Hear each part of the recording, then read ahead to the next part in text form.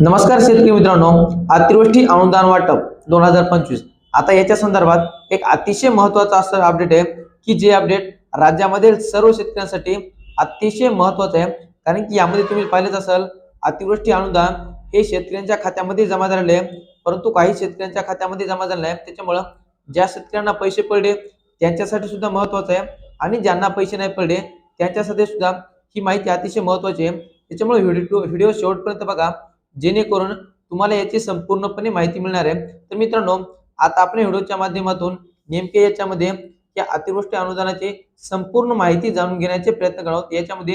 नेमके कोणकोणते जी.आर निघाले, त्याच्यानंतर हेक्टरी किती पैसे मिळाले, त्यानंतर त्यांची मर्यादा किती असणार आहे, त्याच्यानंतर रब्बी अनुदान किती पडले, त्याच्यानंतर हे अनुदान किती टप्प्यामध्ये पडले, त्याच्यानंतर किसान कार्ड आणि ई-केवायसी तसेच फिके नंबरचं जे काही स्टेटस असेल त्याच्याविषयी माहिती, त्याच्यानंतर काही सामायिक खातेदार असतील किंवा मयत शेतकरी असतात त्यांची सुद्धा माहिती, त्याच्यानंतर उर्वरित अनुदान हे शेतकऱ्यांच्या खात्यामध्ये कधी जमा होणार आहे आणि त्याच्यानंतर काही शेतकऱ्यांची जमीन 2 ते 3 गावामध्ये तर त्या शेतकऱ्यांना पैसे कसे मिळाले